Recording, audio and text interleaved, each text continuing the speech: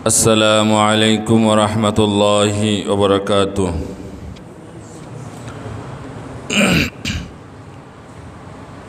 إن الحمد لله نحمده ونستعينه ونستغفره ونؤمن به ونتوكل عليه ونعوذ بالله من شرور أنفسنا ومن سيئات أعمالنا من يهده الله فلا مضل له ومن يضلله فلا هادي له وأشهد أن لا إله إلا الله وحده لا شريك له وأشهد أن محمدًا عبده ورسوله. أما بعد فقد قال الله تعالى في كلامه المجيد وفرقانه الحميد. أعوذ بالله من الشيطان الرجيم. بسم الله الرحمن الرحيم. قل يا عبادي الذين أسرفوا على أنفسهم لا تقنطوا من رحمة الله إن الله يغفر الذنوب جميعا إنه هو الغفور الرحيم. صدق الله العظيم. وقال النبي صلى الله عليه وسلم كل بني آدم خطاؤون وخير الخطائين التوابون إن الله وملائكته يصلون على النبي يا أيها الذين آمنوا صلوا عليه وسلموا تسليما. اللهم صل على سيدنا مولانا محمد وعلى آل سيدنا مولانا محمد. اللهم صل على سيدنا مولانا محمد وعلى آل سيدنا مولانا محمد. আলহামদুলিল্লাহ, প্রশংসা সবই মহান আল্লাহ সুবহানাহু ওয়া তাআলার, যিনি আমাদেরকে সুস্থ রেখেছেন, ভালো রেখেছেন, তার ইবাদত করার জন্য তৌফিক দান করেছেন। প্রতি শুক্রবার এনে আজকেও বাড়িয়ারটেক জামে মসজিদে উপস্থিত হওয়ার তৌফিক দান করেছেন। সেজন্য আমরা খুশি হয়ে কালিমাতুশ শুকর আদায় করি, দিল থেকে বলি আলহামদুলিল্লাহ। সালাত ও সালাম পেশ করছি আখির নবী রাহমাতুল লিল আলামিন সাইয়্যিদুল মুরসালিন নবিয়ুনা সাইয়্যিদুনা মুহাম্মদ মুস্তাফা সাল্লাল্লাহু আলাইহি ওয়াসাল্লামের প্রতি।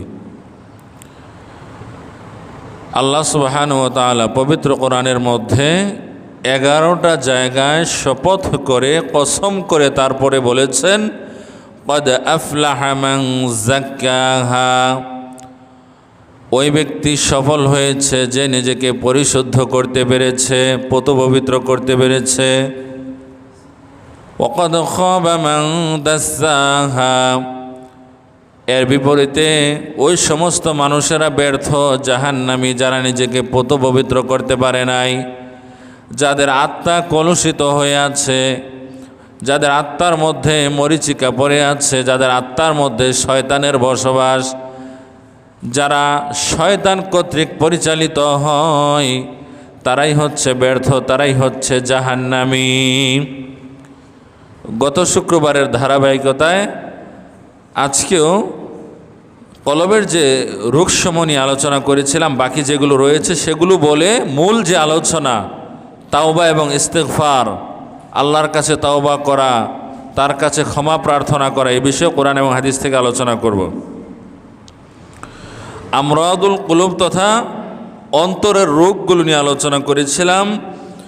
অনেকগুলো রোগ নিয়ে আলোচনা করেছি, আরও রয়েছে 23 পর্যন্ত আলোচনা করেছিলাম। 24 নম্বর হচ্ছে আত-তাওয়াহুম, বদ ধারণা করা, খারাপ ধারণা করা। এটা একটা রোগ। যাদের অন্তরে রোগ রয়েছে, ব্যাধি রয়েছে, কলব অপরিষ্কার অপরিচ্ছন্ন, কলবের মধ্যে শয়তানের বাসা রয়েছে, তারা বদ ধারণা করে, খারাপ ধারণা করে, সুধারণা করতে পারে না। সুধারণার মতো কোনো কিছু সামনে আসলেও ওই শয়তান কর্তৃক পরিচালিত হওয়ার কারণে, শয়তান কুমন্ত্রণা দেওয়ার কারণে সুধারণার উপর প্রতিষ্ঠিত থাকতে পারে না। এর বিপরীতে সবসময় বদ ধারণা করে, খারাপ ধারণা করে। কিন্তু একজন মুমিন অপর মুমিনের ব্যাপারে বদ ধারণা করতে পারে না যতক্ষণ না সেটা প্রমাণিত হয়। শুধুমাত্র ধারণার বশবর্তী হয়ে কোনো মুমিন কোনো সিদ্ধান্ত নিতে পারে না। একটা জিনিস হারিয়ে গিয়েছে। আমি অনেক মানুষকে দেখেছি, আমার গ্রামের বাড়িতেও দেখেছি, আত্মীয়দের মধ্যেও দেখেছি কাউকে কাউকে। একটা জিনিস হারিয়ে গিয়েছে, ব্যাস আরেকজনকে ব্লেম দেওয়া, অমুকে চুরি করেছে। এই যে মানুষকে ব্লেম দেওয়া, তার ইমেজকে ক্ষুণ্ণ করা, তার আত্মসম্মানে আঘাত করা, এটা উচিত নয়। যদিও সেটা পরবর্তীতে প্রমাণিত হয় যে আপনি যে ধারণা করেছিলেন সেটাই সত্য, তারপরেও যতক্ষণ না একটা জিনিস পরিষ্কার হচ্ছে, প্রমাণিত হচ্ছে, তার আগে শুধুমাত্র ধারণার বশবর্তী হয়ে কোনো কিছু বলা, চিন্তা করা যাবে না, কোনো কিছু বলা যাবে না। আমরা অনেক কিছু ধারণা করি যে এই ঘটনা, এটা অমুকে করেছে, এই করেছে, সেই করেছে, পরবর্তীতে দেখা যায় ব্যাপারটা এরকম নয়। হ্যাঁ, পুলিশ যখন আসামিকে ধরার চেষ্টা করবে তখন তিনি সম্ভাব্যতা যাচাই করতে গিয়ে কি কি কারণে এটা হতে পারে, কে করতে পারে, সেই হিসেবে তিনি অনেক কিছু ধারণা করে অনেকভাবে সেটাকে যাচাই বাছাই করতে পারেন। সেটা একটা জিনিস। আর একটা ঘটনা ঘটে গেল, শতভাগ শিউর দিয়ে, শতভাগ নিশ্চয়তার সাথে, অথচ আমি জানি না এটা মানে অমুকের দ্বারা হয়েছে কিনা, বাস বলে দিলাম, আরেকজনের উপর দোষ চাপিয়ে দিলাম। এটা উচিত নয়, এটা ইসলাম সমর্থন করে না।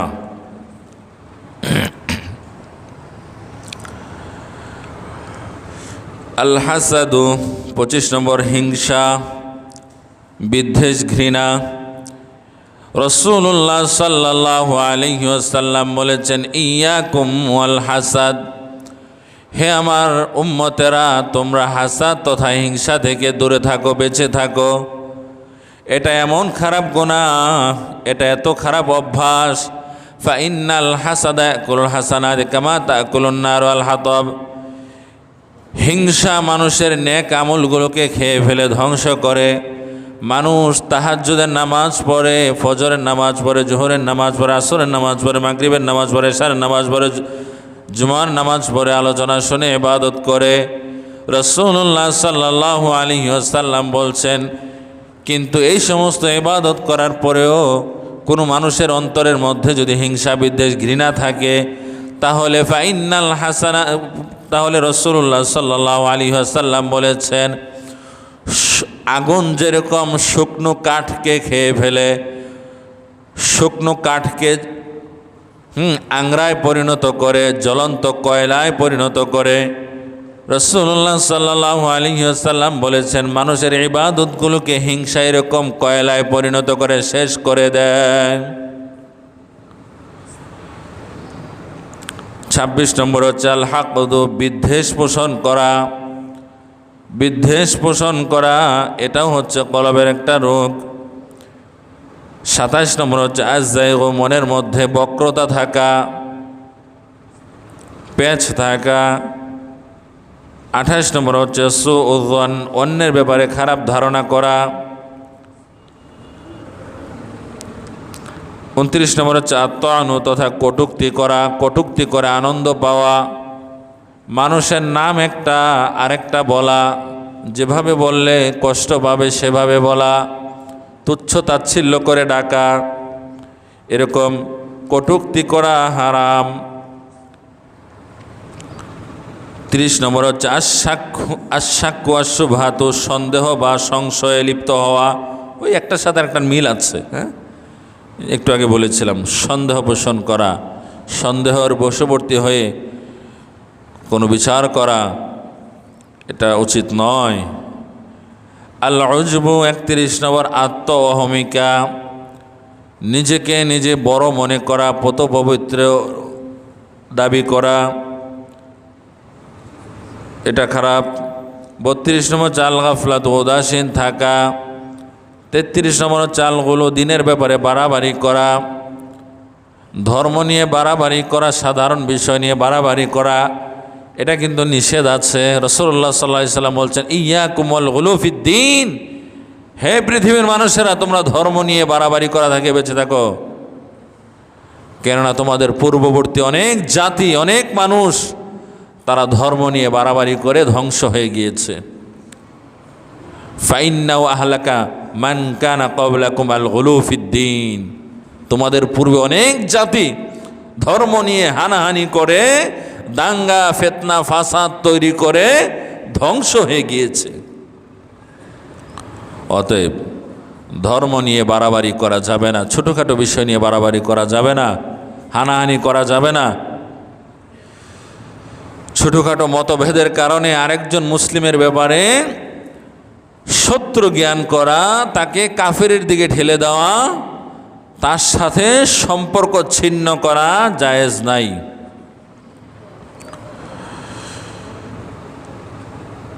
চৌত্রিশ নম্বর হচ্ছে আল ফুতুর, অবহেলা করা। ৩৫ নম্বর হচ্ছে আল কসওয়া, দিনের ব্যাপারে কঠোর মনের অধিকারী হওয়া। এগুলোর প্রত্যেকটার ব্যাখ্যা বললে তো এক একটা জমা লাগবে, পরে আরও বিরক্তি ভাব চলে আসতে পারে, একই বিষয় তো, এ কারণে অল্প অল্প বলি। ৩৬ নম্বর হচ্ছে আল ওয়াজদু, তথা হীনতা। ৩৭ নম্বর হচ্ছে আল ওয়াসওয়াস, দুদুল্য মনের অধিকারী হওয়া। স্থির সিদ্ধান্তে আসতে পারে না দিনের ব্যাপারে, একবার মনে হয় পরিপূর্ণভাবে ইসলামে দাখিল হয়ে ভালোভাবে ইবাদত করি, আরেকবার মনে হয় না, বয়স হলে পরে বেশি বেশি ইবাদত করব। দুদুল্য মনের মধ্যে থাকা, কেননা শয়তান মনের মধ্যে বাসা বেঁধেছে জন্যই দোদুল্যমনা রয়েছে। দোদুল্যমনা দূর হচ্ছে না, হীনমন্যতা দূর হচ্ছে না, স্থির সিদ্ধান্তে আসা যাচ্ছে না, শয়তান বাধা প্রদান করছে, কলবের মধ্যে বেধি রয়েছে।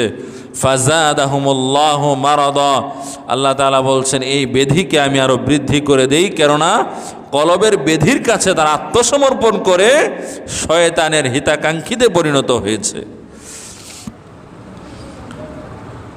৩৮ নম্বর চালিয়ে এসো, হতাশাগ্রস্ত হওয়া, অল্পতে হতাশাগ্রস্ত হওয়া। হতাশাগ্রস্ত হওয়া, কিছু হলেই কি হবে আমার এই জীবন ব্যর্থ, শেষ আমি। কিন্তু মুমিন মুসলিম তারা আশাবাদী হয়, তারা মনে করে বিপদ আপদ আসলে পরে এই চিন্তা করে, নবী রসুলদের প্রতিও তো বিপদ আপদ এসেছিল, সাহাবীদের প্রতি বিপদ আপদ এসেছিল, তারা ধৈর্য ধারণ করেছিল, সেই বিপদ আপদ আল্লাহ তাআলা আবার দূরও করেছিলেন। এই বিপদ আপদ সাময়িক, সবসময় থাকবে না, তারা আল্লাহর প্রতি সুধারণা করে তারা ধৈর্য ধারণ করে। 39 নম্বর হচ্ছে আদ্দয়াকু, সংকীর্ণ মনের অধিকারী হওয়া, ছোট মনের অধিকারী হওয়া। 40 নম্বর হচ্ছে আলিং সরাব, সত্য থেকে মুখ ফিরিয়ে নেওয়ার প্রবণতা থাকা, সত্যকে সত্য জানার পরেও সত্য না মানা। 41 নম্বর হচ্ছে আলিঙ্কার, সত্যকে অস্বীকার করা। 32 নম্বর হচ্ছে আত্মীয়, মনের মাঝে সত্য প্রবেশ না করা। ওয়াজ শুনে, কোরআন মাঝে মাঝে পড়ে বা মানুষকে পড়তে শুনে, কিন্তু তারপরও সত্য মনের মধ্যে প্রবেশ করে না। 42 নম্বর বলছে, 41, 42, 43 নম্বর হচ্ছে আল খতমু, অন্তর মোহরাঙ্কিত হওয়া। 44 নম্বর হচ্ছে আল আমিউ, সত্যের ব্যাপারে চোখ অন্ধ হওয়া। 45 নম্বর হচ্ছে আর রানু, অন্তরে মরিচা পড়ে যাওয়া। 46 নম্বর হচ্ছে আল মাউত, অন্তর মরে যাওয়া। এদের ব্যাপারে আল্লাহ তাআলা বলছেন লাহুম কুলুব, তাদের কলব রয়েছে, লা ইয়াফকাহুনা বিহা, এই কলব দিয়ে তারা সত্য জিনিস উপলব্ধি করতে পারে না, সত্য বুঝতে পারে না, কলব মরে গিয়েছে। ওয়ালাহুম আ'য়ুনুন লা ইউবসিরুনা বিহা, তাদের চক্ষু রয়েছে, আমি আল্লাহ চক্ষু দান করেছি, কিন্তু তারা সত্য জিনিস দেখতে পায় না, ভালো জিনিস দেখতে পায় না, শুধু খারাপ জিনিস কোথায় আছে সেটা দেখার জন্য উদ্গ্রীব হয়ে থাকে। ওয়ালাহুম আযানুন লা ইয়াসমাউনা বিহা, আল্লাহ বলছেন তাদেরকে আমি কান দান করেছি, কিন্তু ভালো জিনিস শোনে না, সত্য শুনতে পায় না, সত্য শোনার মতো মন মানসিকতা তাদের নাই। 47 নম্বর হচ্ছে আল ইসয়ান, আল্লাহর অবাধ্য হওয়া। 48 নম্বর হচ্ছে আন্নাউমু, বেশি বেশি ঘুমানো, এটাও কিন্তু কলবের একটা রোগ। কিতাব থেকে বলেছি তো, দেখেন আরবির পরে বাংলা বলছি, আরবি বলার পরে প্রত্যেকটা আরবি টু বাংলা। এখন আত্মার রোগের চিকিৎসাও কোরআনের মধ্যে বলে দেওয়া আছে। আত্মার রোগসমূহ থেকে পরিত্রাণের জন্য ইসলাম যেই সমস্ত ইবাদতের শিক্ষা দিয়েছে তা হলো, প্রথমে 1 নম্বর হচ্ছে আল ইস্তিগফার, তথা ক্ষমা প্রার্থনা করা, আল্লাহর কাছে ক্ষমা চাওয়া। মানুষ যত অন্যায় করুক না কেন, যত পাপ করুক না কেন, সে যদি ক্ষমা চাওয়ার মতো চাইতে পারে, আল্লাহ সুবহানাহু ওয়া তাআলা তাকে ক্ষমা করে দিবেন। বলি সুবহানাল্লাহ। আল্লাহ সুবহানাহু ওয়া তাআলা পবিত্র কোরআনের মধ্যে বলেছেন ওয়া মান ইয়ামাল সুআ, আর মানুষের মধ্যে যারা অন্যায় কাজ করবে, ওয়া মান ইয়ামাল সুআ, সুআ মানে খারাপ কাজ, অন্যায় কাজ, অপরাধ। মানুষের মধ্যে যারা অপরাধ করবে, অন্যায় করবে, খারাপ কাজ করবে, আও ইয়াজলিম নাফসাহু, অথবা নিজের নফসের প্রতি জুলুম করবে, অবিচার করবে, সুম্মা ইস্তাগফিরিল্লাহ, অতঃপর সে তার পাপের জন্য আল্লাহর কাছে ক্ষমা চাইবে, সুম্মা ইস্তাগফিরিল্লাহ, আল্লাহর কাছে ইস্তিগফার করবে, ক্ষমা চাইবে, ইয়াজিদিল্লাহ গফুরার রহিমা, সে আল্লাহ পাক রব্বুল আলামিনকে ক্ষমাশীল এবং রহিমা, অতীব দয়ালু হিসেবে পাবে। সুবহানাল্লাহ।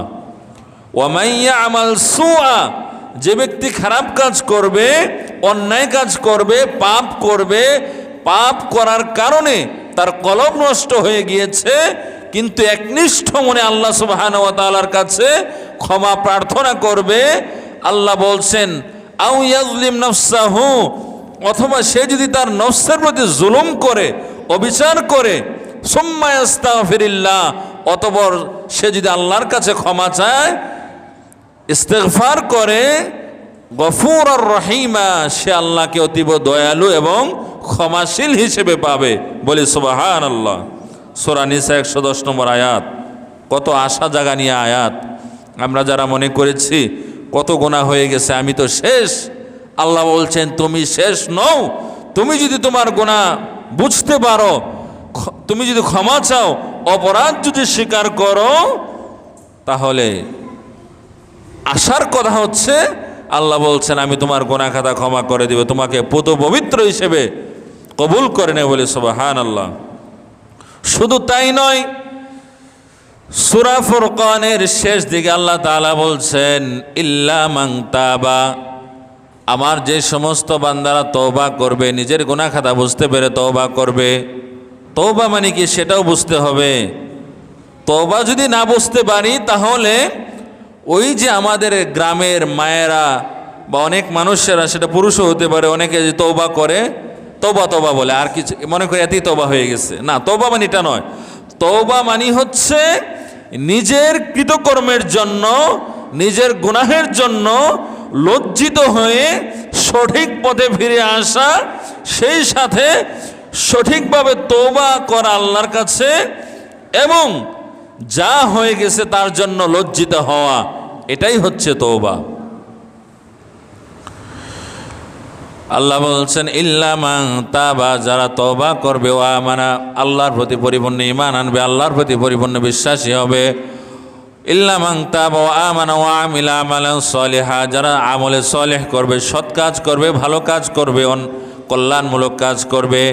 ফাউলাইকা ইউবাদদিলুল্লাহু সাইয়্যাতিহিম হাসানাত, আল্লাহ পাক রব্বুল আলামিন তাদের জীবনের সমস্ত গুনাহ খাতা ক্ষমা করে দিবেন। শুধু ক্ষমা করে দিবেন তাই নয়, ওই গুনাহ খাতাগুলোকে আল্লাহ তাআলা নেকি দিয়ে, আমল দিয়ে বদল করে দিবেন, পরিবর্তন করে দিবেন। সুবহানাল্লাহ।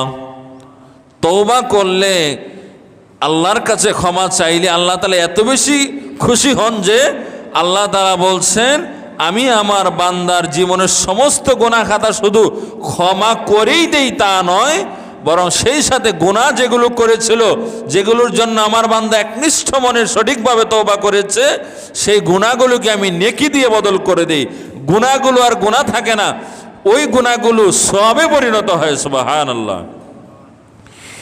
এই তওবা এবং ইস্তেগফারের আলোচনা যখন আমরা শুনি, করি, তখন শয়তান আবার ধোঁকা দিতে পারে, যেহেতু তওবা করলে আল্লাহ তাআলা তওবা করে, কবুল করেন, সঠিকভাবে তওবা করলে, ক্ষমা চাইলে ক্ষমা চাওয়ার মতো আল্লাহ তাআলা খুশি হয়ে ক্ষমা করে দেন, সেহেতু বেশি বেশি অন্যায় করব, অপরাধ করব, খারাপ কাজ করব, আর শেষ সময়ে এসে তওবা করে দেব না, এটা উদ্দেশ্য না। বরং গুনাহ করার মন চাইলে ব্যক্তি এই চিন্তা করবে, প্রথমত এই তওবা এবং ইস্তেগফারের আয়াত শুনলে ব্যক্তি আশাবাদী হবে যে আল্লাহ পাক রব্বুল আলামিনের কাছে তওবা করলে, ইস্তেগফার করলে আল্লাহ তাআলা ক্ষমা করে দিবেন। এই আশাবাদী হয়ে বেশি বেশি আমল করা, আল্লাহর কাছে ক্ষমা চাওয়া, কল্যাণমূলক পথে অগ্রসর হওয়া। সেই সাথে এটাও চিন্তা করা যে গুনাহ করা যাবে না, গুনাহ করলে পরবর্তীতে যে আমি তওবা করতে পারবো, তওবা করার সুযোগ পাবো, তার আগেই মারা যাব না, অথবা দীর্ঘ হায়াত আমি পেলাম কিন্তু তওবা তো সবাই করতে পারে না, এটা তো আল্লাহর পক্ষ থেকে কপালে থাকতে হয়, নসিবে থাকতে হয়। তো আমার নসিবে যে তওবা আছে সেটাও তো আমি জানি না। এখন যদি কেউ এরকম মনে করে যে গুনাহ করলে যেহেতু আল্লাহ তাআলা ক্ষমা করে দেন, অতএব চুরি চামারি যা আছে করতে থাকি, ক্ষমা চাইবো না, এই চিন্তা করতে হবে আমার কপালে যে হেদায়েত থাকবে, আমি যে তওবা করতে পারবো, সেই তৌফিক যে আমার হবে, এটাও তো আমি জানি না। অতএব গুনাহ করা যাবে না। আর গুনাহ যদি হয়েই যায়, কেননা তওবার আয়াত না থাকলে মানুষ আরো খারাপ কাজ করবে, আরো খারাপ কাজ করবে। খারাপ যখন হয়ে গেছি, অনেক মানুষ তো এটা বলেও না জানার কারণে, খারাপ যখন হয়ে গেছি, আরে খারাপ যখন হয়ে গেছে আবার কি, খারাপ হয়ে গেছে তওবা করে পুত পবিত্র হয়ে যাও। তো এই মানুষগুলো মনে করে একবার যখন খারাপ হয়ে গেছি এখান থেকে আর ফিরে আসার কোনো সুযোগ নেই। তারা বলে খারাপ যখন হয়ে গেছি অতএব আরো খারাপ কাজ করব। নাউজুবিল্লাহি মিন যালিক। এটা কোনো কথা হলো? খারাপ যখন হয়ে গেছি, এটা আসতে পারে, এটা কথা হতে পারে, খারাপ যখন হয়ে গেছি আল্লাহর কাছে তওবা করে ভালো হতে হবে, এটা যৌক্তিক। কিন্তু কিছু মানুষ বলে খারাপ যখন হয়ে গেছে আরো খারাপ হব, এটা হচ্ছে শয়তানের একটা ধোঁকা। রাসূলুল্লাহ সাল্লাল্লাহু আলাইহি ওয়াসাল্লাম বলেছেন, কুল্লু বানি আদামা খাত্তাউন, প্রত্যেক বনি আদম পাপ করে, অপরাধ করে, অন্যায় করে, গুনাহ করে। পৃথিবীতে এমন কোনো বনি আদম নাই যেই বনি আদম, যেই মানুষ কোনো গুনাহ করে নাই, পাপ করে নাই, অন্যায় করে নাই, যেই মানুষের সিদ্ধান্তের মধ্যে কোনো ভুল হয় নাই। এটা রাসূলুল্লাহ সাল্লাল্লাহু আলাইহি ওয়াসাল্লাম বলছেন, হাদিস, সহিহ হাদিস, কুল্লু বানি আদম খাত্তাউন, প্রত্যেক বনি আদম পাপী, অপরাধী। সব মানুষের পাপ রয়েছে, কম হোক বেশি হোক। এরপর রাসূলুল্লাহ সাল্লাল্লাহু আলাইহি ওয়াসাল্লাম বলছেন, ওয়া খায়রুল খাত্তাইনা আত-তাওয়াবুন, এই পাপী বনি আদমের মধ্যে, পাপী মানুষদের মধ্যে তারাই হচ্ছে শ্রেষ্ঠ, তারাই হচ্ছে উত্তম, যারা তাদের পাপ বুঝতে পেরে আল্লাহর কাছে তওবা করে। সুবহানাল্লাহ। পাপ হয়ে যেতে পারে, এই হাদিসের মেসেজ হচ্ছে সবাই অপরাধী, কম হোক বেশি হোক, পাপ রয়েছে প্রত্যেক মানুষেরই। কিন্তু এই পাপীদের মধ্যে সবচাইতে উত্তম হচ্ছে যারা তাদের পাপকে অনুধাবন করতে পেরে আল্লাহর কাছে তওবা করে পবিত্র হয়ে যায়। সুবহানাল্লাহ। আরেকটা হাদিস, রাসূলুল্লাহ সাল্লাল্লাহু আলাইহি ওয়াসাল্লাম ইরশাদ করেছেন, আত-তাইবু মিনাজ যামবি কামান লা যামবা লাহ, আল্লাহর যে বান্দা তওবা করে, কামান লা যামবা লাহ, সে এমন হয়ে যায় যে সে যেন কোনো গুনাহই করে নাই। সুবহানাল্লাহ। সঠিকভাবে তওবা করার কারণে সে এমন হয়ে যায় যে যেন সে কোনো গুনাহই করে নাই, কারণ তওবার মাধ্যমে আল্লাহ তাআলা তার সমস্ত গুনাহ খাতা ক্ষমা করে দিয়ে তাকে পবিত্র করে ফেলেন। এজন্য রাসূলুল্লাহ সাল্লাল্লাহু আলাইহি ওয়াসাল্লাম বলছেন সে যেন কোনো গুনাহই করে নাই, মানে তারা বললাম আর কোনো গুনাহ নাই।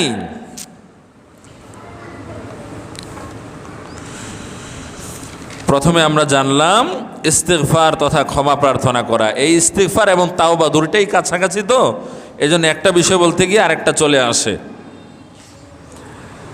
2 নম্বরে হচ্ছে আত-তাওবা, তওবা করা। তওবা শব্দের শাব্দিক অর্থ হচ্ছে রুজু করা, প্রত্যাবর্তন করা, ফিরে আসা। তওবা মানে এই নয় যে আমি আমার কৃতকর্মের জন্য ক্ষমা চাচ্ছি, আবারও খারাপ কাজ করেই যাচ্ছি, বরং তওবা হচ্ছে নিজের গুনাহের কারণে লজ্জিত হয়ে ফিরে আসা। আল্লাহ, ভুল হয়ে গেছে, আর করব না আল্লাহ, আমি আমার ভুল বুঝতে পেরেছি, এবং ভবিষ্যতে আর কোনো অন্যায় না করার দৃঢ় অঙ্গীকার করার নামই হচ্ছে তওবা। সঠিকভাবে তওবা করলে আল্লাহ তাআলা অবশ্যই কবুল করবেন। হ্যাঁ, আল্লাহ পাক রব্বুল আলামিন বলেছেন, ইয়া আইয়ুহাল্লাযীনা আমানু তুবু ইলাল্লাহি তাওবাতান নাসুহা, হে ঈমানদারগণ তোমরা আল্লাহর নিকট তওবা করো, তাওবাতান নাসুহা, তওবার মতো তওবা করো। মানে আল্লাহই বলছেন তওবার মতো তওবা করো। ওই যে অনেকে যেভাবে তওবা করে, যদি এটা তওবা না, থুক্কু ভুল হয়ে গেছে, না এটা তওবা না। তওবা মানে তো কয়েকবারই বলে ফেললাম, নিজের গুনাহের কারণে লজ্জিত হওয়া, ভবিষ্যতে না করার ইচ্ছা প্রকাশ করা, না করার দৃঢ় প্রতিজ্ঞা করা, নিজের কৃতকর্মের জন্য লজ্জিত হওয়া, এটাই হচ্ছে তওবা। ইয়া আইয়ুহাল্লাযীনা আমানু তুবু ইলাল্লাহি তাওবাতান নাসুহা, হে ঈমানদারগণ তোমরা আল্লাহর নিকট তওবা করো, তওবার মতো তওবা করো। যেন তেন ভাবে তওবা করলে হবে না, নিজের মন মতো তওবা করলে হবে না। আল্লাহ এবং তার রাসূল যেভাবে তওবা করতে বলেছেন সেভাবে তওবা করতে হবে। তাওবাতান নাসুহা, তওবার মতো তওবা। আল্লাহ তাআলা বলছেন তওবা কি করলে কি হবে, আসা রাব্বুকুম আইয়ুকাফিরা আনকুম সাইয়্যাতিকুম, আল্লাহ পাক রব্বুল আলামিন বলছেন আশা করা যায় এই তওবা করার মাধ্যমে তোমাদের জীবনের সমস্ত গুনাহ খাতা আমি আল্লাহ ক্ষমা করে দেব। আইয়ুকাফিরা আনকুম সাইয়্যাতিকুম ওয়া ইউদখিলাকুম জান্নাত, এবং এই তওবা করার কারণে আমি তোমাদেরকে জান্নাতে প্রবেশ করাবো। সুবহানাল্লাহ। ওয়া ইউদখিলাকুম জান্নাতিন তাজরি মিন তাহতিহাল আনহার, এমন জান্নাত আমি আল্লাহ তোমাদেরকে দেব যেই জান্নাতের নিচ দিয়ে ঝর্ণা প্রবাহিত রয়েছে। এই জান্নাতের উদাহরণ আল্লাহ তাআলা দিচ্ছেন সূরা তাহরিমের 8 নম্বর আয়াতের মধ্যে। আমাদের রাসূল সাল্লাল্লাহু আলাইহি ওয়াসাল্লাম তার জীবনে কোনো গুনাহ নাই, কোনো সিদ্ধান্তে আল্লাহ তাআলা সেটাকে আল্লাহ তাআলা মডিফাই করে দিয়েছেন। আল্লাহ তাআলা বলেছেন না এটাই ভাবে না সেভাবে, এগুলো আছে, কিন্তু এর অর্থ এই নয় যে তিনি পাপী বা অপরাধী। সেই রসুল যার ব্যাপারে সূরা ফাতাহের মধ্যে আল্লাহ তাআলা বলেছেন লিয়াগফিরা লাকাল্লাহু মা তাকদ্দামা মিন যামবিকা ওয়া মা তাআখার, হাবিব আপনার কোনো ভয় নাই, আপনার আগে পরে সব কিছু আমি আল্লাহ ক্ষমা করে দিয়েছি। মানে আপনি পুত পবিত্র, আপনি নিষ্পাপ নিষ্কলুষ চরিত্রের অধিকারী। ওয়া ইন্নাকা লাআলা খুলুকিন আযীম, মহান চরিত্রের অধিকারী, মহান মনীষী আপনি, পৃথিবীর সমস্ত নবীদের নবী, পৃথিবীর সমস্ত মানুষ থেকে আপনি শ্রেষ্ঠ, আমি আল্লাহর পরে আপনার স্থান। এর পরেও এই নবীর ব্যাপারে বলা আছে ওয়াল্লাহি ইন্নী লা আস্তাগফিরুল্লাহ ওয়া আতুবু ইলাইহি ফিল ইয়াউমি আকসারা মিন ৭০ মাররা, বুখারী শরীফের ৬৩০৭ নম্বর হাদিস। আবু হুরায়রা রাদিয়াল্লাহু তাআলা আনহু বলছেন যে আমি রাসূলুল্লাহ সাল্লাল্লাহু আলাইহি ওয়াসাল্লামকে বলতে শুনেছি ওয়াল্লাহি ইন্নী লা আস্তাগফিরুল্লাহ ওয়া আতুবু ইলাইহি ফিল ইয়াউমি আকসারা মিন ৭০ মাররা, আল্লাহর কসম আমি নবী দিনে ৭০ বারের চেয়ে বেশি আল্লাহর কাছে তওবা করি। সুবহানাল্লাহ। দিনের মধ্যে আমাদের নবী তিনি ৭০ বারের বেশি আল্লাহর কাছে তওবা করতেন, গুনাহ নাই তারপরে তওবা করতেন, ইস্তেগফার করতেন। তো নবী যদি আল্লাহর নিকট দিনের মধ্যে ৭০ বারের চেয়ে বেশি তওবা করতে পারে, যার এতবার তওবা করার কোনো প্রয়োজন নাই, যার তওবারই প্রয়োজন নাই, তারপরেও তিনি যদি সেটা করে থাকেন, তাহলে আমাদের মতো পাপী আমাদের তো আরো বেশি করে সদা সর্বদা তওবা করা, ইস্তেগফার করা উচিত। আল্লাহর যে বান্দা তওবা করে আল্লাহ তার প্রতি এত বেশি খুশি হন যে একটা হাদিস রয়েছে এভাবে যে এক মুসাফির দীর্ঘ ১ মাস ধরে তিনি ভ্রমণ করে এক জায়গায় যাবেন, সাথে একটা উট নিয়েছেন, উটের উপর আরোহণ করে দীর্ঘ ১ মাসের পথ তিনি অতিক্রম করবেন, মরুভূমির মাঝখান দিয়ে যেতে হবে। উটের মধ্যে শুকনো খাবার পানীয় রয়েছে। আগের মানুষ তো এত বেশি খেত না, ২-১টা খেজুর খেলেই একবেলা শেষ, একটু পানি খেলেই হয়ে গেছে। এখন মানুষ বেশি খায়, অপচয় করে। আগে মানুষ ২-১টা খেজুর খেয়েও দিন পার করে ফেলতে পারত। তো হাদিসে এসেছে, এটা রূপকভাবেই এসেছে, হতে পারে যে আল্লাহর এক বান্দা একটা উটকে নিয়ে দীর্ঘ ১ মাস ভ্রমণ করে, সফর করে এক জায়গায় যাবে, মরুভূমির মাঝখান দিয়ে যেতে হবে। আপনারা তো জানেন মরুভূমিতে কত বালি থাকে, কত রোদ, কত গরম। যেতে যেতে যেতে যেতে মাঝখানে যখন গেল, ওই মুসাফিরের, ওই পথিকের খুবই ক্লান্ত লাগছিল, আর সামনে যাওয়া সম্ভব হচ্ছে না। তো তিনি একটু ঘুমানোর জন্য উট থেকে নেমে, একটা গাছ ছিল, মরুভূমি থাকলো মাঝে মাঝে কিছু গাছ ছিল, এই গাছের ছায়ার নিচে তিনি মাথার নিচে হাত রেখে তিনি ঘুমিয়ে পড়লেন আর উটটাকে পাশে রাখলেন। হাদিস কিন্তু ভুয়া ঘটনা না।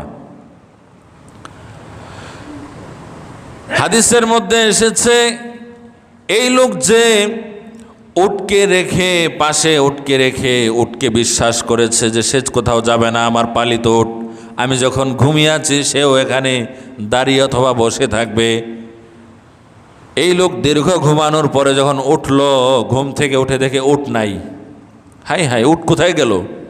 আরে উটের সাথে আমার ভ্রমণের সম্পর্ক রয়েছে, দীর্ঘ ১ মাসের পথ হেঁটে যাওয়া সম্ভব না। উট পাওয়ার সাথে, উট থাকার সাথে আমার বেঁচে থাকারও সম্পর্ক রয়েছে, কারণ উটের কাছে আমার খাবার পানীয় উটের উপরে রেখে দিয়েছি এক পাশে। এখন আমি যদি উটকে না পাই তাহলে নির্ঘাত মারা যাব। এই লোক হতাশাগ্রস্ত হয়ে একবার এই পাহাড় তো আরেকবার ওই পাহাড়, অনেক দূরে পাহাড়ও ছিল, একবার এই পাহাড় তো আরেক পাহাড় মনে করেছে পাহাড়ে গেল কিনা ঘাস খাওয়ার জন্য, কোথাও খুঁজে পায় না, হতাশাগ্রস্ত হয়ে গেছে, প্রচণ্ড পিপাসা লেগেছে। হায় হায় কি হবে, এখন পিছনে যে ব্যাক করব সেই ক্ষমতাও নাই, কেননা হেঁটে যাওয়া সম্ভব না। 1 মাসের রাস্তা 15 দিন চলে এসেছি, উট দিয়ে আসতেই 15 দিন লেগেছে, আমি হেঁটে গেলে এটা মাস লেগে যাবে, এরপর খাবারও নাই।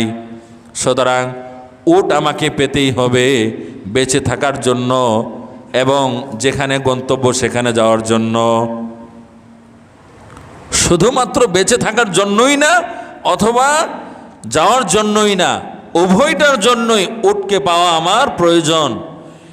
এই লোক চিন্তা করল, যেখানে আমার গন্তব্য সেখানের উদ্দেশ্যে আমি রওনা দেব না। এই প্রচণ্ড গরমের মধ্যে যদি আমি রওনা দেই তাহলে গরমে তৃষ্ণার্ত হয়ে আমি মারা যাব, যেহেতু পানি নাই, খাবার নাই, আবার হেঁটে দীর্ঘ পথ হেঁটে গেলে শরীরে ক্ষতি হয়ে যাবে। সুতরাং মারা যেহেতু যাব, এই গাছের নিচেই মারা যাই, এখানে শুয়ে থাকি, না খেয়ে খেয়ে মারা যাবে, এটাই বরং ভালো। এরপরে এই লোক আশা ছেড়ে দিয়ে যে উটকে আর পাবো না, কোথায় উঠ, চারদিকে মরুভূমি দেখাই যাচ্ছে, ফকফকা নাই, পাহাড়ে গেলাম দূরে 2 পাহাড়ে, সেখানেও নাই। সুতরাং উটকে যে আর পাওয়া যাবে না সেটা বোঝাই যাচ্ছে। হাদিসের মধ্যে এসেছে এই লোক মরার জন্য যখন ঘুমিয়ে পড়ল, যে ঘুমিয়ে থাকি, আবার উঠলে, ঘুম থেকে উঠলে ক্ষুধায় টোদায় মরে যাব নে। রাসূলুল্লাহ সাল্লাল্লাহু আলাইহি ওয়াসাল্লাম বললেন, হতাশাগ্রস্ত হয়ে যখন এই লোক ঘুমিয়ে পড়ল, ঘুম থেকে উঠে দেখতে পাচ্ছে পাশেই উট এসে হাজির। বলে সুবহানাল্লাহ। ঘুম থেকে ওঠার পরে দেখতেছে আল্লাহর কুদরতে পাশেই উট এসে হাজির, খাবারও আছে, পানিও আছে। এই লোক এত বেশি খুশি হলো, এত বেশি খুশি হলো, খুশির আতিশয্যে আল্লাহর কাছে শুকরিয়া আদায় করতে গিয়ে ভুল কথা বলে ফেললো। তবে সেটা ইচ্ছাপূর্বক বলে নাই, উদ্দেশ্য ভালো, কিন্তু বলে ফেলেছে ভুল। ভুল কয়েক রকম আছে। আমরা যে বিভিন্ন ভণ্ডের ব্যাপারে সমালোচনা করি, নাম ধরেও বলি না, যদিও নাম ধরে বলা উচিত। ভণ্ড সে যদি আমার দলেরও হয় সে ক্ষতিকারক, সে আমার আপন আত্মীয় হলেও ক্ষতিকারক, সে যেই হোক। ভুল অনেক রকম, আমরা কথা বলি অনেক ভুল হয়, কিন্তু পারতপক্ষে ইচ্ছাপূর্বক হয় না তো আলহামদুলিল্লাহ। অনেকে দেখি আন্তাজে বলে যে অমুক তাফসিরে এটা আছে ওইটা আছে, আসলে নাই। ভেলকি লাগায়, মানুষকে চমৎকৃত করে, এই করে সেই করে, এগুলো আছে। যাই হোক, কষ্ট লাগে আর কি। আবার এটাও আমরা অনেকে বুঝি না যে এই মানুষগুলো কেন, আমি আজকে ভেদটা ভেঙে দিচ্ছি, আপনারা বুঝতে পারবেন, এরপরে আপনারা বুঝে ফেলবেন যে ঘটনাটা আসলে কি। যে এই মানুষগুলো কেন, কিছু কিছু মানুষ বক্তা দিনের পর দিন, সপ্তাহের পর সপ্তাহ, মাসের পর মাস এভাবে ভুয়া কথাবার্তা ছড়িয়ে সারা বাংলাদেশে কেন ভাইরাল হয়? কারণটা কি? কারণ একটা, নেতিবাচকভাবে হোক অথবা ইতিবাচকভাবে হোক, ভাইরাল হলেই তাদের ধান্দাবাজের রাস্তা ক্লিয়ার থাকে, বুঝছেন? নেতিবাচকভাবে হোক বা ইতিবাচকভাবেই হোক, এই ভাইরাল হওয়ার সাথে তাদের ধান্দাবাজের একটা সম্পর্ক আছে। কিন্তু এটা আপনারা অনেকে জানেন না, তো এই জন্য বুঝতে পারেন না। এগুলো তারা ইচ্ছা করে করে, জানে তাদেরকে মানুষ গালিগালাজ করে, অনেক কিছু বলে, বয়কটের ঘোষণা দেয়, কিন্তু তারা মনে করে এই উসিলায় তো আমাকে চিনতে পারলো। কিছু শত্রু জুটবে সত্য, কিন্তু এর উসিলায় কিছু হিতাকাঙ্ক্ষীও জুটতে পারে। এই জন্য তারা লাইমলাইটে থাকার জন্য যখনই বুঝতে পারে যে আমার মার্কেট ধ্বংস হয়ে যাচ্ছে, আমি সারা দেশের মানুষের আলোচনার মধ্যে নেই, আরেকজন আলোচনায় চলে এসেছে, তখনই তারা শয়তানিটা শুরু করে, বুঝছেন? এই হচ্ছে কাহিনী। সুতরাং এরা ইচ্ছা করে এগুলো করে, এরা মানুষের জাত না। অনেক মাহফিলে দেখবেন বাধা দেয়, অনেকে বাধা দেয় না? যতগুলো বাধা প্রদান করা হয় সবগুলোই কি নেগেটিভ বা খারাপ? আমার কাছে তো সেটা মনে হয় না। আপনারা আবার এটা কেউ বললেন না যে আপনি এই আসনে বসে যে বাধা দেওয়ার বিরোধিতা আপনি করবেন, সেখানে আপনি এগুলো কি বলছেন? আমি তো এটাও বলছি না যে বাধা দেওয়া উচিত, আবার আমি এটাও বলবো না যে প্রত্যেকটা বাধা প্রদানই অযৌক্তিক, এটাও আমি বলবো না। কেন? আমি বলার পরে আপনারা বুঝতে পারবেন। অনেক মানুষ আলহামদুলিল্লাহ ভালো কথা বলার কারণে বাধা প্রদান অনেকে করে, সেগুলো কিন্তু অনুচিত, খুবই খারাপ, সেটা আমরা বুঝতে পারি বিভিন্নভাবে। কিন্তু অনেকে আছে এরকম ইচ্ছা করি এত বেশি উল্টাপাল্টা করে যে এত বেশি অযৌক্তিক কথাবার্তা বলে যে ইচ্ছা করে এগুলো করে, যাতে করে বাধা প্রদান হয়, মানুষ হামলা করতে আসে। আর কিছু মিডিয়া তো আছে, এগুলো যখন ভাইরাল হবে থাম্বনেইলে লেখা থাকবে সাহসী বক্তা। কি লেখা থাকবে? সাহসী বক্তা। এরপরে আমাদের যে যুবক ভাইয়েরা আছে না, যে সমস্ত ভাইয়েরা আমরা কোরআন হাদিস দিয়ে কথা বলার পরেও অনেকে মনে করে এগুলো বোধহয় বেশি গুরুত্বপূর্ণ না, এরা মনে করবে একই আনতে হবে ওয়াজে, তাকে আনতে হবে।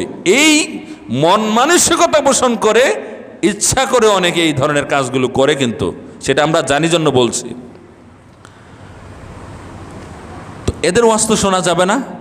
আবার অনেকে তো লোক ভাড়া করে এগুলো করে, বলে যে এই আমি কথা বললে তোমরা বাধা প্রদান করবে। আমরা জানি এগুলো, সে ভাইরাল হতে চায়, তার মন মানসিকতা খারাপ। অনেক মানুষ তো সামনে মানুষ নাই, এভাবে এক জায়গায় বসে কথা বলে, আর মানুষ দেখেছি আমি অনেক পরিচিত মানুষ, আর বুঝতে পারে না যে সামনে মানুষ নেই। হ্যাঁ, আবার অনেকে একটা ব্যানার আর কত টাকা লাগে, ওয়াজ মাহফিলের মতো একটা ব্যানার বানিয়ে চেয়ার টেয়ার দিয়ে কয়েকজনকে বসিয়ে একজনকে সভাপতি বানিয়ে আরেকজনকে সহসভাপতি বানিয়ে ভিডিও করে ছাড়ে। আরেকটা ওয়াজের অংশ যেটাতে দর্শক শ্রোতা রয়েছে সামনে, সেই অংশ জোরে দিয়ে এই ভণ্ডামিগুলো কিছু ভণ্ড মানুষ করে। আর সাধারণ মানুষ যারা এই লাইনের মানুষ না, তারা মনে করে এটা সত্যিকারই একটা ওয়াজ। এই ধরনের শয়তানিগুলো যারা করে, এটা তো নির্ঘাত একটা ধর্ম ব্যবসা, এটা সত্যিকার অর্থে একটা খারাপ কাজ। এদের কথা আলোচনা কোনোভাবেই শোনা যাবে না। প্রিয় মুসল্লিয়ানে কেরাম, যারা ইচ্ছাপূর্বক বিভ্রান্তি ছড়ায়, ভুল কথা বলে একের পর এক, এগুলো মূলত বেশিরভাগই আলোচনায় থাকার জন্য, নিজের মাঠকে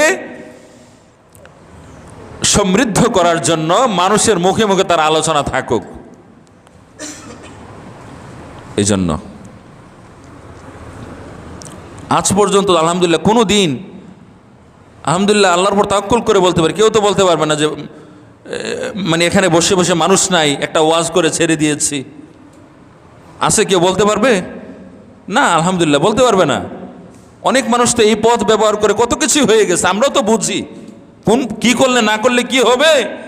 কেউ যদি মনে করে না বোঝার কারণে এরকম, না না, ভালো করে বুঝি রে ভাই, ভালো করে বুঝি। কিন্তু একটা উদ্দেশ্য আছে, যতদিন থাকবো মানুষ হাজারো সমালোচনা করুক, যদি চলে যাই যাতে একজন মানুষ হলেও বলে, মন থেকে বলে যে এই লোকটা ধান্দাবাজি করে নাই, বাটপারি করে নাই, সিটারি করে নাই, মানুষ সামনে নাই, বসে বসে ওয়াজ করে ছেড়ে দিয়ে বলেছে, বোঝাচ্ছে যে মানুষ আছে। এটা মানুষ না বলুক, এটা করে, অনেক মানুষ করে, আশেপাশেই আছে, আল্লাহ মাফ করুক। তো যাই হোক, অনেক কথা বলে ফেললাম। আল্লাহ তাআলা সঠিক কথাগুলোর উপর সঠিকভাবে আমল করার তৌফিক দান করুন। ভুল ভ্রান্তি হয়ে থাকলে ক্ষমা করে, আল্লাহুম্মা আমিন। রাসূলুল্লাহ সাল্লাল্লাহু আলাইহি সাল্লাম বলছেন, আল্লাহর ওই বান্দা যে তার উটকে ফিরে পেয়ে খুশি হলো, খুশি হয়ে খুশির আতিশয্যে একটা ভুল কথা বলে ফেলেছে, ওই এখান থেকেই মূলত এত কথা বললাম আর কি। কি ভুল কথা বলে ফেলেছে? আল্লাহ তাআলা কিন্তু কষ্ট পান নাই, কেননা সে ইচ্ছা করে ভুল কথাটা বলেন নাই, খুশি হয়ে বলেছে, শুকরিয়া আদায় করতে গিয়ে বলেছে, খুশির আতিশয্যে বলেছে, আল্লাহুম্মা আনতা আবদি ওয়া আনা রাব্বুকা, হে আল্লাহ আপনি হচ্ছেন আমার বান্দা, আমি আপনার রব। খুশি হয়ে বলেছে, মানে সে বলতে চেয়েছিল, আল্লাহ আমি আপনার বান্দা, আপনি আমার রব, আমি আমার উটকে পেয়েছি, আমি খুশি হয়েছি। আল্লাহ তাআলা ওই বান্দার প্রতি এত বেশি খুশি হন, রাসূলুল্লাহ সাল্লাল্লাহু আলাইহি সাল্লাম বলছেন অনেক বেশি খুশি হন, এই বান্দার প্রতি আল্লাহ তাআলা যত বেশি, এই বান্দা আল্লাহর প্রতি যত বেশি খুশি হয়, আল্লাহ তার প্রতি যত বেশি খুশি হলো। কোনো বান্দা যদি তওবা করে, আল্লাহ তাআলা এর চাইতে বেশি খুশি হন। বলে সুবহানাল্লাহ। আল্লাহুম্মা আনতা আবদি ওয়া আনা রব্বুক, ভুলে বলেছে। এজন্য কোনো মানুষ যদি ভুলে, উদ্দেশ্য এটা ছিল না, অনেক সময় হয়ে যায়, একটা বলতে গিয়ে আরেকটা হয়, এটা সব মানুষেরই কম বেশি হয়। কিন্তু একজন মানুষের কথা যদি আমরা প্রত্যেকটা অক্ষরে অক্ষরে, সেকেন্ডে সেকেন্ডে বিবেচনা করে আমরা মাপতে যাই, তাহলে তো হবে না। সামগ্রিকভাবে বিচার বিশ্লেষণ করেই একজন মানুষকে মূল্যায়ন করা উচিত।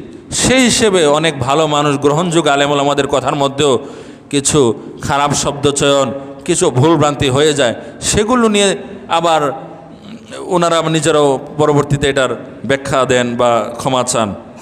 কিন্তু যারা ইচ্ছাপূর্বক বিভিন্নভাবে নিজেকে মানুষের সামনে হাজির করার জন্য তাকে সারা বাংলাদেশ নিয়ে আলোচনা করুক, এই ধরনের মন মানসিকতা নিয়ে যারা বিভ্রান্তি ছড়ায়, তাদের তো কি বলবো, এদের কথা শোনা যাবে না। কিছুদিন আগে আপনারা দেখেছেন কিনা জানি না, একটা খবর কিন্তু এসেছে, আপনারাও দেখবেন, এটা অবাস্তব না, যে ইউটিউব এবং ফেসবুকে মনিটাইজেশন পাওয়ার জন্য অনেক মানুষ তার ব্যক্তিত্ব হারাচ্ছে। কথাটা সত্য কিনা? অনেক ব্যক্তিত্ব সম্পন্ন মানুষ, এখন কোটি কোটি ভিডিও আছে, আপনি তো সবগুলো দেখবেন না, আপনার সেই সময়ও নাই। তো মানুষ যাতে দেখে, এই জন্য এমন কিছু করে যেটা তার ব্যক্তিত্বের সাথে যায় না, কিন্তু তার উদ্দেশ্য হচ্ছে ভিউ পাওয়া, লক্ষ লক্ষ কোটি কোটি টাকা ইনকাম করা। তো এই ফেসবুক এবং ইউটিউবের কারণে অসংখ্য ব্যক্তিত্ব সম্পন্ন মানুষ তাদের ব্যক্তিত্ব হারাচ্ছে, ধ্বংস হয়ে যাচ্ছে। পর্দাসীন মহিলারা বেপর্দা হয়ে গেছে, ভালো মানুষ খারাপ হয়ে গেছে। যা করলে, যত নোংরামি করলে, বিভ্রান্তি ছড়ালে মানুষ দেখবে, ভিউ বেশি হবে, তাই মানুষ করছে। এটা উচিত না অনুচিত, আমি কি ধোঁকা দিচ্ছি কি না, এগুলোর ধার ধারে না। এটা ওয়াজ মাহফিলও চলে এসেছে। আমরা এই লাইনের মানুষ তো, আবার এটা কোনো সমালোচনাও না, কারণ এগুলো বলা উচিত, নাহলে মানুষ যাকে তাকে ভালো মনে করে গুমরা হবে। এরপরে হচ্ছে সবর করা, ধৈর্য ধারণ করা। ধৈর্য ধারণ করার মাধ্যমে আল্লাহ তাআলা গুনাহ খাতা ক্ষমা করেন। কিতাবের মধ্যে এসেছে আল্লাহর প্রিয় বান্দা যারা, তাদেরকে আল্লাহ পাক রব্বুল আলামিন যতভাবে পাপ মুক্ত করবেন, এর মধ্যে এটাও একটা যে আল্লাহ তার প্রিয় বান্দাদেরকে দুনিয়াতে নানান বিপদ আপদ বালা মুসিবত দিবেন, দেওয়ার পরে আল্লাহর প্রিয় বান্দারা আল্লাহর প্রতি আস্থা হারাবে না, তারা ঈমান হারা হবে না, নবীর প্রতি মহব্বত তাদের কমবে না, বরং তারা ধৈর্য ধারণ করবে, আল্লাহর কাছে সাহায্য প্রার্থনা করবে। এই ধৈর্য ধরার কারণে, আল্লাহর কাছে সাহায্য প্রার্থনা করার কারণে আল্লাহ তাআলা তার ওই বান্দার প্রতি বড় বেশি খুশি হয়ে যাবেন, তার জীবনের সমস্ত গুনাহ খাতা ক্ষমা করে দিবেন, তাকে পুত পবিত্র হিসেবে আল্লাহ তাআলা কবুল করে নেবেন, তাকে আল্লাহ তাআলা জান্নাতে প্রবেশ করবেন। বলে সুবহানাল্লাহ। অতএব বিপদ আপদ আসলে, রোগ ব্যাধি স্পর্শ করলে খারাপ লাগবে, কষ্ট লাগবে, এটা স্বাভাবিক, কিন্তু আস্থা রাখতে হবে একজনের প্রতি। তিনি কে? আল্লাহ। আল্লাহর প্রতি পূর্ণ আস্থা রাখতে হবে। আল্লাহ পাক রব্বুল আলামিন বলেছেন, আম হাসিবতুম আন তাদখুলুল জান্নাহ ওয়ালাম্মা ইয়াতিকুম মাসালুল লাযিনা খালাউ মিন ক্বাবলিকুম আম হাসিবতুম আন তাদখুলুল জান্নাহ। হে আমার বান্দারা, তোমরা কি মনে করেছো তোমরা এমনিতেই জান্নাতে চলে যাবা? তোমরা কি এমনিতেই জান্নাতে চলে যাবা সেটা মনে করছো? ওয়ালাম্মা ইয়াতিকুম মাসালুল লাযিনা খালাউ মিন ক্বাবলিকুম, অথচ তোমাদের অবস্থা তোমাদের পূর্ববর্তীদের মতো হবে না। পূর্ববর্তী নবী রাসূল নেককার বান্দাদের যা অবস্থা হয়েছিল, যত বিপদ আপদে এসেছিল, তাদের মতো অবস্থায় তোমরা উপনীত হবা না। খুব সুন্দরভাবে তোমরা জান্নাতে চলে যাবা, এটা কি তোমরা মনে করেছ? মাসসাতহুমুল বাসা ওয়াদ-দাররা ওয়াজুলজিলু হাত্তা ইয়াকুল আর-রাসূল। পূর্ববর্তী নবী রাসূলদের উপর, তাদের অনুসারীদের উপর বিভিন্ন বিপদ আপদ এসেছিল, দুঃখ কষ্ট তাদেরকে ভর করেছিল। মাসসাতুল বাসা ওয়াদ-দাররা ওয়াজুলজিলু হাত্তা ইয়াকুল আর-রাসূল, এমনকি রসুল পর্যন্ত এই কথা বলতে বাধ্য হয়েছিল। ওয়াল্লাযীনা আমানু, এবং রসুলের প্রতি যারা ঈমান এনেছিল তার সাহাবীরা পর্যন্ত এই কথা বলতে বাধ্য হয়েছিল, মাতা নাসরুল্লাহ, হে আল্লাহ কখন আপনার সাহায্য আসবে, কখন আপনি সাহায্য করবেন। আল্লাহ তাআলা বলছেন আলা ইন্না নাসরাল্লাহি করিব, আমার সাহায্য অতি নিকটে। ধৈর্য ধারণ করছো করো, কিন্তু আমার সাহায্য অতি নিকটে। রাত হলে যেরকম সকাল রয়েছে, সকাল হলে যেরকম রাত রয়েছে, ঠিক বিপদ আপদ এরকম যে বিপদ আপদ সবসময় থাকে না। বিপদ আপদের পরে আল্লাহ তাআলা প্রশান্তি দান করে, সুখ স্বাচ্ছন্দ্য দান করেন, বলে সুবহানাল্লাহ। সব সময় একরকম থাকে না, যদিও আমরা মনে করি একরকম থাকে, কিন্তু সার্বিক পরিস্থিতি আমাদেরকে কি বলে, সবসময় তো একরকম থাকে না। এটা তো বাস্তব। যতই আমরা মনে করি একই রকম থাকবে, একই রকম পরিস্থিতি না, ওলট পালট হয়। ইতিহাস আমাদেরকে সেই শিক্ষা দেয়, এককালীন শান্তি সম্ভব নয়, সঙ্গতও নয়। এটা একটা বাণী, একজন অমুসলিমের বাণী, যদিও খুব সুন্দর বাণী আর কি। এককালীন শান্তি সম্ভব নয়, সঙ্গতও নয়। অতএব এককালীন যারা পাওয়ারে থাকবে তারা সারা জীবনই থাকবে, এটা তারা মনে করলেও এটা হবে না। সব কিছুই অদল বদল হয়। ইতিহাস আমাদেরকে সেই শিক্ষা দেয়, সেই শিক্ষা ধারণ করে আমরা যেন সঠিকভাবে জীবনযাপন করতে পারি। আল্লাহ তাআলা আমাদেরকে সেই তৌফিক দান করেন। আমরা বলি আল্লাহুম্মা আমিন। ওয়া আখিরু দাওয়ানা আলহামদুলিল্লাহি রাব্বিল আলামিন। আসসালামু আলাইকুম ওয়া রাহমাতুল্লাহি ওয়া বারাকাতুহু।